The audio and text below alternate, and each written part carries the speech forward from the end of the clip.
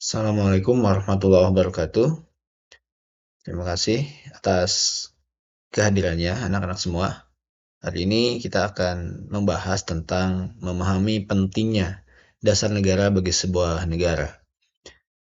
Kalian pasti pernah belajar ya, dasar negara itu apa, dasar negara bangsa kita apa.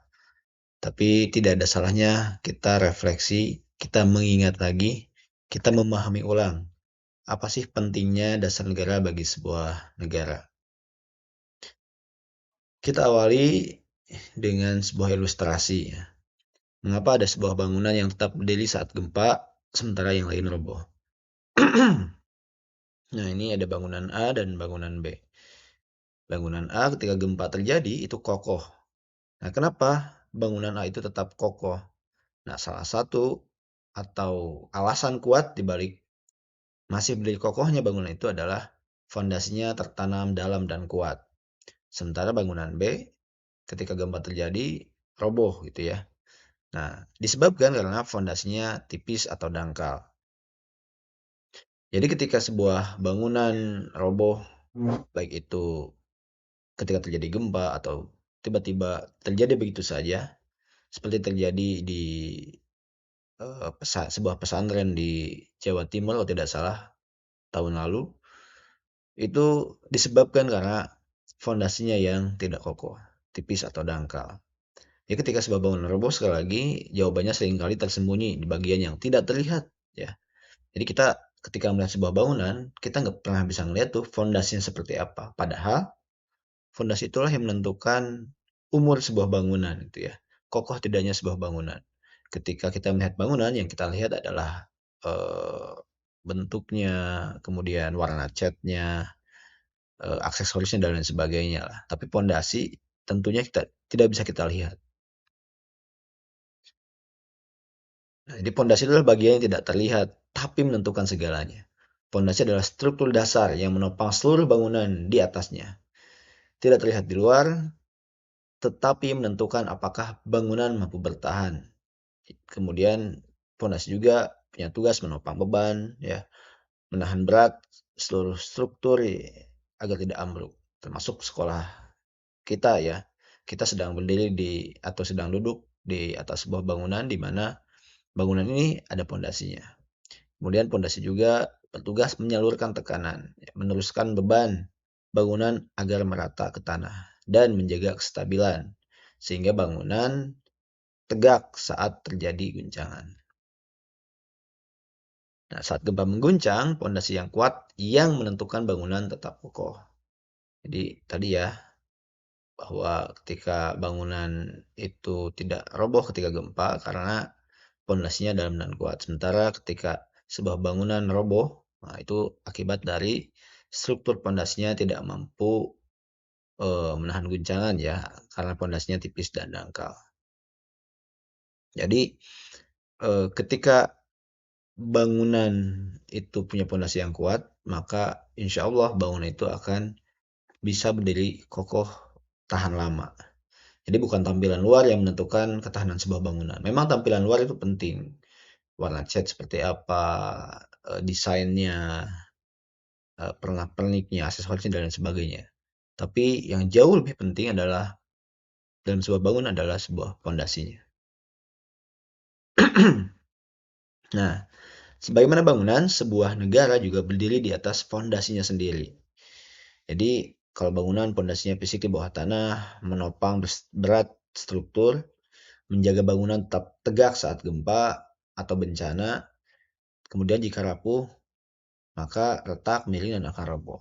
Nah, kalau ditarik dalam konteks negara, ya, dasar negara adalah fondasi bernegara, menopang seluruh sistem hukum dan pemerintahan, menjaga bangsa tetap bersatu saat menghadapi gejolak atau apa ya konflik lah sebutkan. Nah, jika dasar negara itu rapuh, maka yang terjadi kemudian adalah konflik, perpecahan atau disintegrasi ya. Maknanya sama juga dengan perpecahan.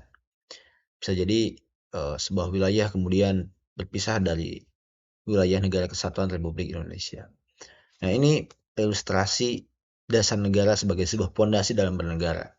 berada di dalam sebuah bangunan di mana fondasi itu sangat penting dalam menentukan kekokohan, dalam menentukan tegaknya sebuah bangunan. Sekalipun bencana datang, maka dasar negara bagi sebuah negara itu juga sama. Dasar negara lah yang akan menjaga kekokohan sebuah negara.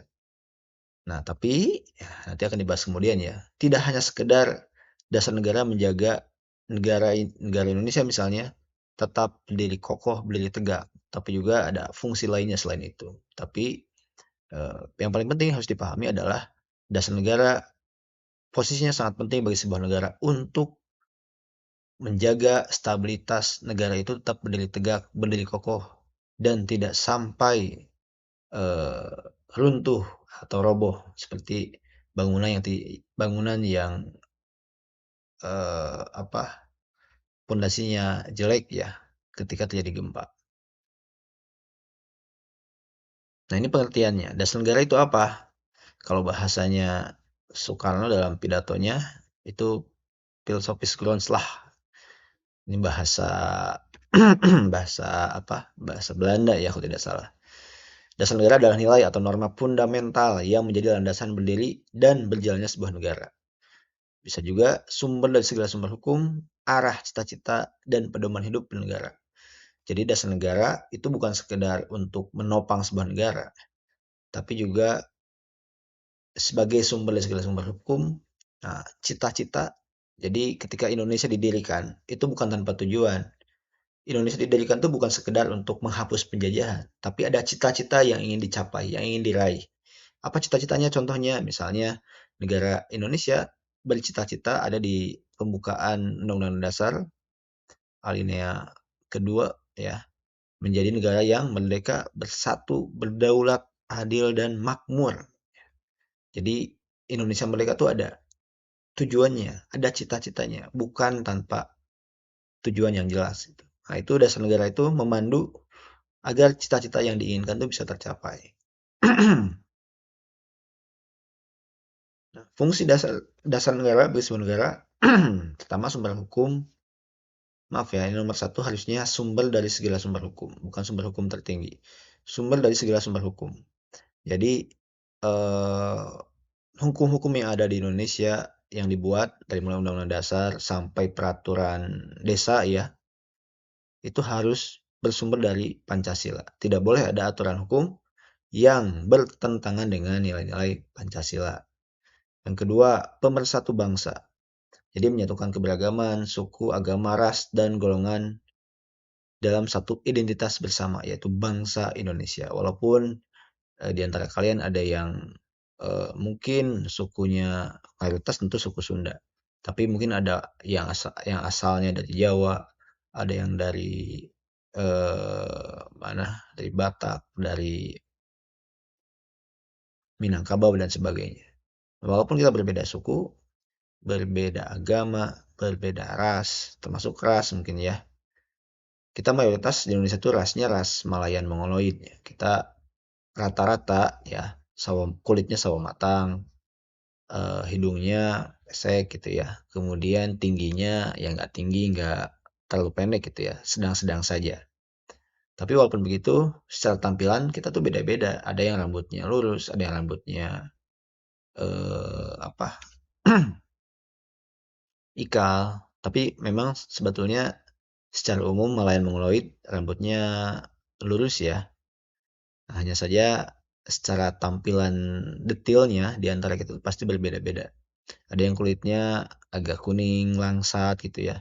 Ada yang kemudian secara tinggi lebih tinggi dibandingkan rata-rata orang lain. Nah, itu semua tidak membuat kita merasa paling hebat, atau sebaliknya kita merasa duh, kenapa ya saya mah tingginya kurang tinggi dibandingkan teman-teman yang lain. Harusnya tidak ada perasaan seperti itu karena keberagaman itu diwadahi dalam dasar negara Pancasila. Yang ketiga, pedoman penyelenggaraan negara. Ya, harusnya Pancasila itu menjadi pedoman bagi penyelenggara negara, khususnya gitu ya, pemerintah, para pejabat, para pengemban amanat yang bertugas menjalankan roda pemerintahan itu menjadikan Pancasila sebagai acuannya. Misalnya dalam hal apa ya?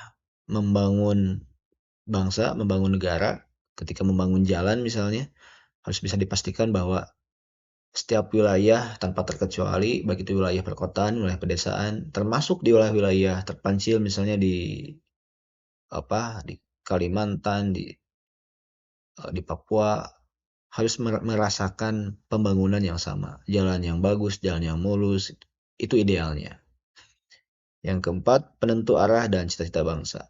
Jadi sudah dijelaskan secara singkat tentang pentingnya dasar negara dalam menentukan arah dan cita-cita bangsa. Ini sekilas ya, nanti akan dibahas lebih lanjut tentang lahirnya Pancasila, dasar negara Indonesia. Secara ringkas dibahas dalam sidang BPUPK atau BPUPK tanggal 29 Mei sampai 1 Juni. Nah, salah satu momen pentingnya adalah ketika 1 Juni 1945 Soekarno berpidato menyampaikan tentang 5 asas dasar ya yang kemudian dinamakan Pancasila. Itulah kemudian kenapa 1 Juni diperingati sebagai hari lahir Pancasila. Walaupun yang disampaikan Soekarno pada saat itu 5 dasar itu redaksi kalimatnya belum sama ya. Saat itu misalnya sila pertama yang disampaikan Soekarno adalah kebangsaan Indonesia. Kalau sekarang kan sila pertama di Pancasila adalah ketuhanan yang Maha Esa. Ya, jadi Soekarno menyampaikan 5 sila dari kebangsaan Indonesia sampai ketuhanan yang berkebudayaan. Walaupun redaksi kalimatnya tidak persis sama, tapi intisarinya ya, inti pesan dari setiap sila yang disampaikan Soekarno itu kurang lebih sama seperti yang kita kenal sekarang. Misalnya soal eh, internasionalisme ya di sila kedua yang disampaikan Soekarno. Beliau ingin bahwa Indonesia itu ikut berperan dalam perdamaian dunia. Seperti halnya pesan dari kemanusiaan yang adil dan beradab ya di sila kedua Pancasila yang kita kenal saat ini. Nah, 18 Agustus 1945 setelah proses panjang perumusan dasar negara, kemudian dasar negara Pancasila disahkan oleh sebuah badan yang dinamakan PPKI atau Panitia Persiapan Kemerdekaan Indonesia. Ini 5 Pancasila yang kita kenal sekarang, ketuhanan yang Maha Esa, kemanusiaan yang adil dan beradab, persatuan Indonesia, kerakyatan yang dipimpin oleh hikmat, kebijaksanaan dalam permusyawaratan perwakilan, dan keadilan sosial bagi seluruh rakyat Indonesia. Nah, mengapa Pancasila mampu menyatukan bangsa yang sangat beragam? Indonesia terdiri dari banyak sekali ratusan suku, bahasa daerah, agama ada 6, kepercayaan itu lebih banyak lagi. Jadi yang belum tahu, di Indonesia itu ada para penganut kepercayaan. Misalnya ada kepercayaan Sunda Wiwitan, ada Kejawen, dan sebagainya. Nah, itu semua bisa diwadahi dalam Pancasila ya. Walaupun kita terdiri dari berbagai ragam suku, bahasa, agama kepercayaan, ras, antar golongan, nah, tapi kita bisa bersatu. Nah, kenapa bisa disatukan oleh Pancasila? Karena Pancasila dirancang bukan untuk menyeragamkan, tetapi Pancasila dirancang untuk merangkul keberagaman itu dalam satu fondasi bersama. Satu, misalnya tidak berpihak pada satu agama, kemudian mengakomodasi keragaman budaya, dan mengedepankan musyawarah. Walaupun kamu misalnya orang Bugis ya dari Sulawesi Selatan, walaupun kamu orang Bugis, tidak berarti kamu ketika menjadi orang Indonesia, kamu melupakan kebudayaan kamu. Justru agar kebangsaan kita makin kuat, maka kebudayaan yang kamu miliki, Sunda dengan budayanya, Jawa dengan budayanya, Betawi dengan budayanya, kebudayaan-kebudayaan itu harus kamu terus lestarikan supaya kita bisa saling mengenal satu sama lain, ya. Nah, mengedepankan musyawarah apa maksudnya? Ketika kita berhadapan dengan sebuah permasalahan, mustahil rasanya dalam kehidupan kita, apalagi di tengah keberagaman, mustahil tanpa ada masalah. Pasti satu waktu kita akan menemukan masalah, termasuk gitu ya.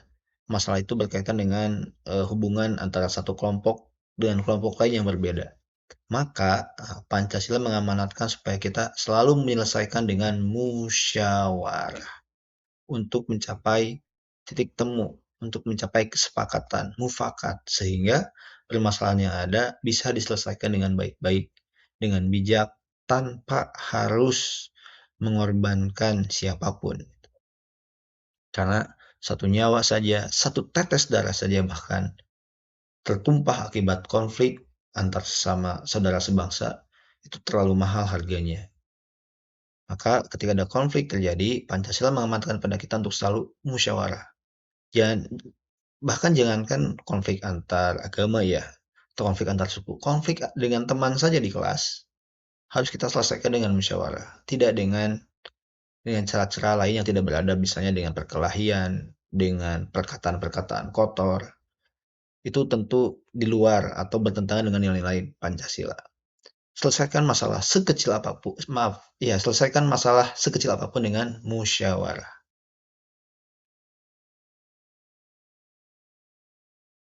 Nah ini contoh ya perbandingan. Indonesia tuh punya banyak keragam suku, agama, bangsa. Tapi alhamdulillah hingga detik ini negara kita termasuk negara yang utuh. Sumatera tetap menjadi bagian dari Indonesia walaupun terdiri dari berbagai suku ya. Di Sumatera itu kan ada suku Aceh, ada suku Minangkabau, ada suku Batak, ada suku Melayu dan lain sebagainya. Tapi mereka Sumatera masih bagian dari bangsa Indonesia. Kemudian eh, apa Kalimantan misalnya ya terdiri dari berbagai suku, ada suku Dayak, tapi Kalimantan juga bagian dari Indonesia. Nah, ini perbandingannya. Sementara di tempat lain, nah, di India ketika selesai dijajah Inggris itu tidak utuh sebagai India ya. Jadi ketika Inggris mengakhiri masa kolonial atau penjajahan, wilayah jajahan di dataran India tersebut kemudian dipecah menjadi dua negara berdasarkan teori dua bangsa, di mana satu wilayah dinamakan India karena mayoritas masyarakatnya beragama Hindu, dan wilayah lain itu dinamakan Pakistan karena mayoritas masyarakatnya beragama Islam ya atau mayoritas Muslim.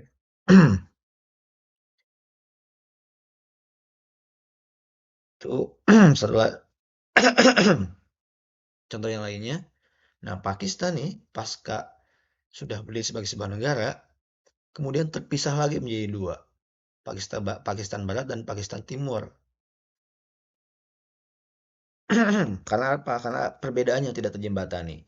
Ini perbedaan bahasa antara Bengali versus bahasa Urdu, budaya dan ketimpangan ekonomi politik antar wilayah tidak terakomodasi. Kemudian ketegangan makin meningkat. Pada akhirnya, karena perbedaan-perbedaan itu tidak bisa diselesaikan dan bahkan konflik semakin menguat, akhirnya sebuah wilayah yang dinamakan Bangladesh kemudian memerdekakan diri.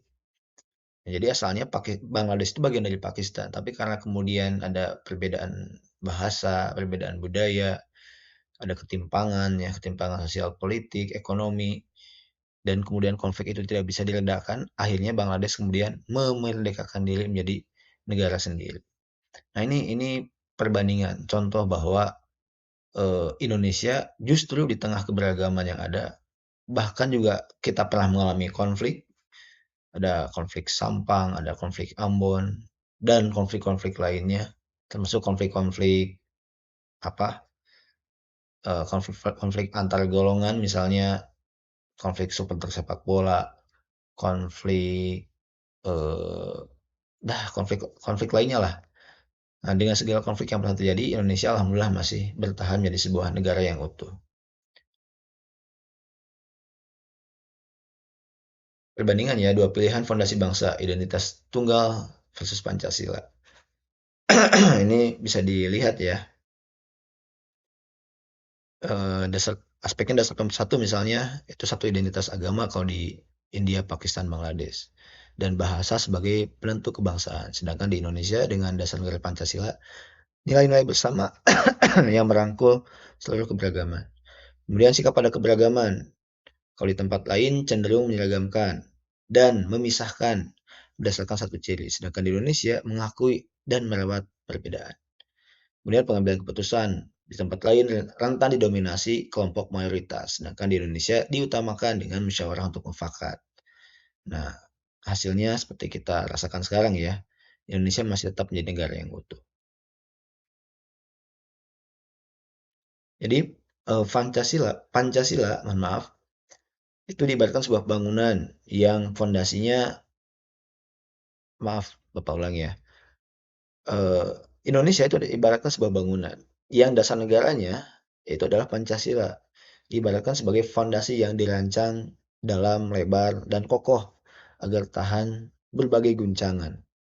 Pancasila dirancang untuk mengakomodasi keberagaman Indonesia. Jadi ketika kamu punya ekspresi kebudayaan, ekspresi bahasa, jangan sungkan untuk ditunjukkan, karena itu adalah bagian dari kekayaan keberagaman Indonesia. Nah, sejarah membuktikan bahwa berbagai gejolak yang pernah terjadi di Indonesia seperti pemberontakan dan upaya separatisme, kemudian konflik agama, kemudian krisis politik dan pergantian rezim pemerintahan serta tekanan disintegrasi berbagai wilayah bisa tetap kita atasi, bisa tetap kita pertahankan sehingga negara kesatuan Republik Indonesia tetap utuh hingga hari ini.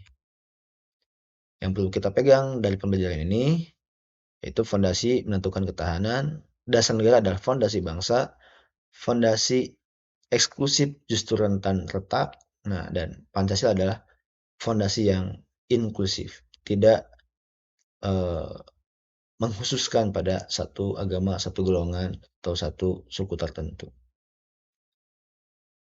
Nah, tugasnya mohon dikerjakan di kelas, nomor satu aja ya, tidak perlu di Google Classroom, tuliskan aja di buku catatan kalian, buku pendidikan Pancasila, tuliskan satu contoh nyata di lingkungan sekitar kalian, baik itu keluarga, sekolah, atau masyarakat, yang menunjukkan bagaimana nilai Pancasila menjaga persatuan di tengah perbedaan. Lalu refleksikan jika contoh itu hanya berdasar pada satu identitas, ya, apa yang akan terjadi? Misalnya pernah ada konflik di keluarga. Nah, bagaimana menyelesaikannya? Apakah musyawarah itu memang dilakukan sehingga konflik itu bisa diatasi? Atau di sekolah misalnya ya, apakah pernah terjadi konflik antar teman, antar kelas, baik itu sekolah sekarang atau sekolah sekalian sebelumnya di SMP atau di SD gitu ya. Nah, silahkan setiap orang mohon dituliskan pengalamannya, tentunya masing-masing harus pengalaman berbeda ya. Demikian, terima kasih. Mohon maaf bila ada kekurangan. Assalamualaikum warahmatullahi wabarakatuh.